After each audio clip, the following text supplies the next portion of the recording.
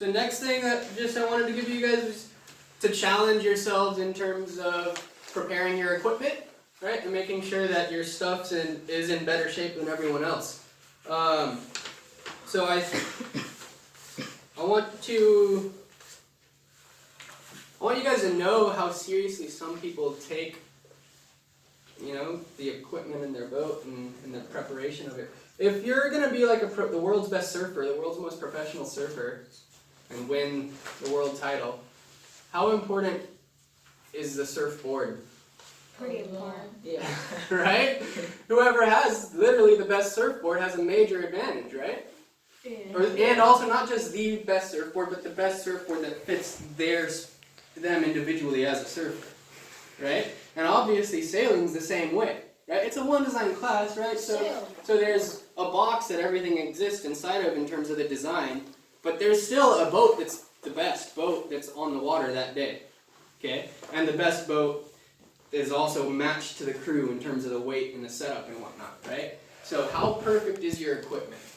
How precise are you being about maintaining your equipment, about your sail ties? The Optimist, actually, this is the best thing about the Optimist, is the attention to detail that it teaches you in terms of your sail ties and your rig setup. Like the Bic and Sappets, they don't teach that level of attention, right? But, however, most kids sailing Opties don't learn it.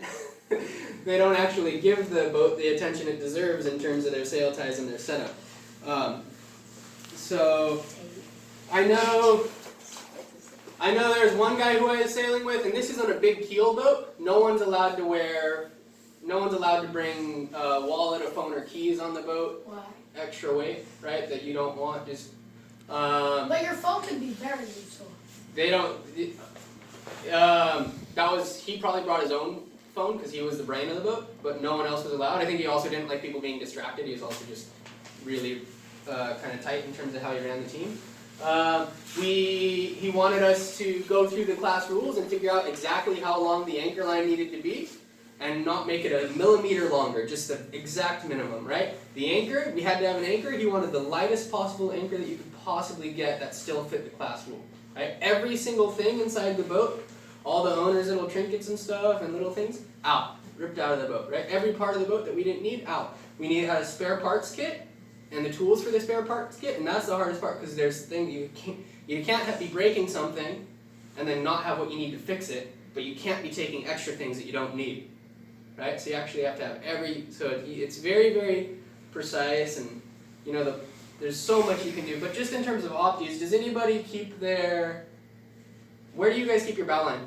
In the front. In the front?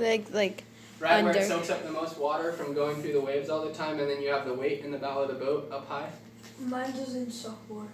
Where should you keep your bow line? What's the bow line? The line in front of the boat? Up on the the deck. Okay, Or like the rail? When I sailed Uppies, I kept my bow line in my centerboard trunk. Okay? Because that's if you got to put weight somewhere, you want to put it right in front of and on top of the keel or the centerboard. Right? So I always kept my bow line in the centerboard trunk. Just because it's a better place for the weight. Right? How about those mast clamp things that go on under the deck? You guys anyone not use that? I use it. I don't use it. Yeah, I think they came out when I was sailing. I hated them. I was like, why? Because it's extra weight. Yeah. Yeah, Right? but The line weighs less, so you should use the line, and the line works. It's extra weight up in the bow of the boat, right? But and you're like, well, how much of a difference does that make? Well, you're not being pedantic enough, right? You're not being precise enough. You're not being careful enough. Okay? You got to take that to the next level, and make sure every regatta you show up with, your boards are sanded or polished and perfect, or whatever you can do to the class. The whole bottom of your boat is. Right? Every telltale's perfect, every sail tie is perfect. The taper in your main sheet is in the perfect place for your hand. Right? There's such a high level that you guys that I'm sure none of you are at in terms of improving your boat. Can you guys think of something you can improve on your boat? Yeah. Okay, everyone probably can think of something. But you need to get to the point where you're out of ideas to improve your boat. Right? And if you can't do it in an Opti, it's going to only get harder as you grow up because the boats just get bigger, right? The boats get bigger and bigger, and then slowly you start to have to spend your own money too. So as the boats get bigger. So while you're in an Opti, take advantage of that And Your parents pay everything. well, I would expect that you're going to do the actual work, though, right? To Yeah, make yeah, it yeah. happen, and then all the work on the water to make their hard work to pay for it worthwhile. Yeah.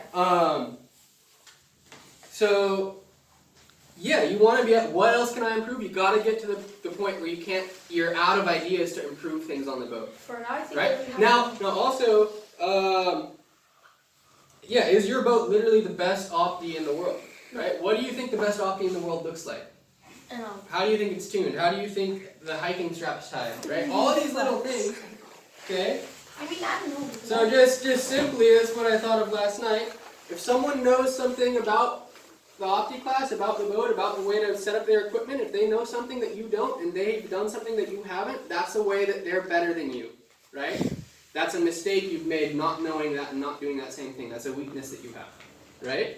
So you need to know every single thing there possibly is about showing up with the perfect equipment most perfect equipment you possibly can, and then you actually need to take the time and effort to do those things, right?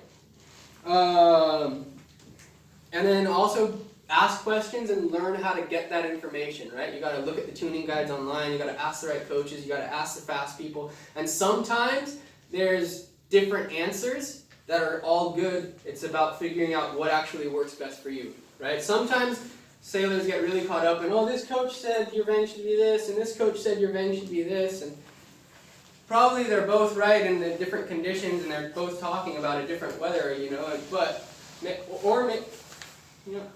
it's up to you to figure out the process of learning for yourself and dial it in yourself, yeah? It's more about the process of figuring that information out is more important than just saying, oh, he said put it here, right? Alright, pause there, Noah.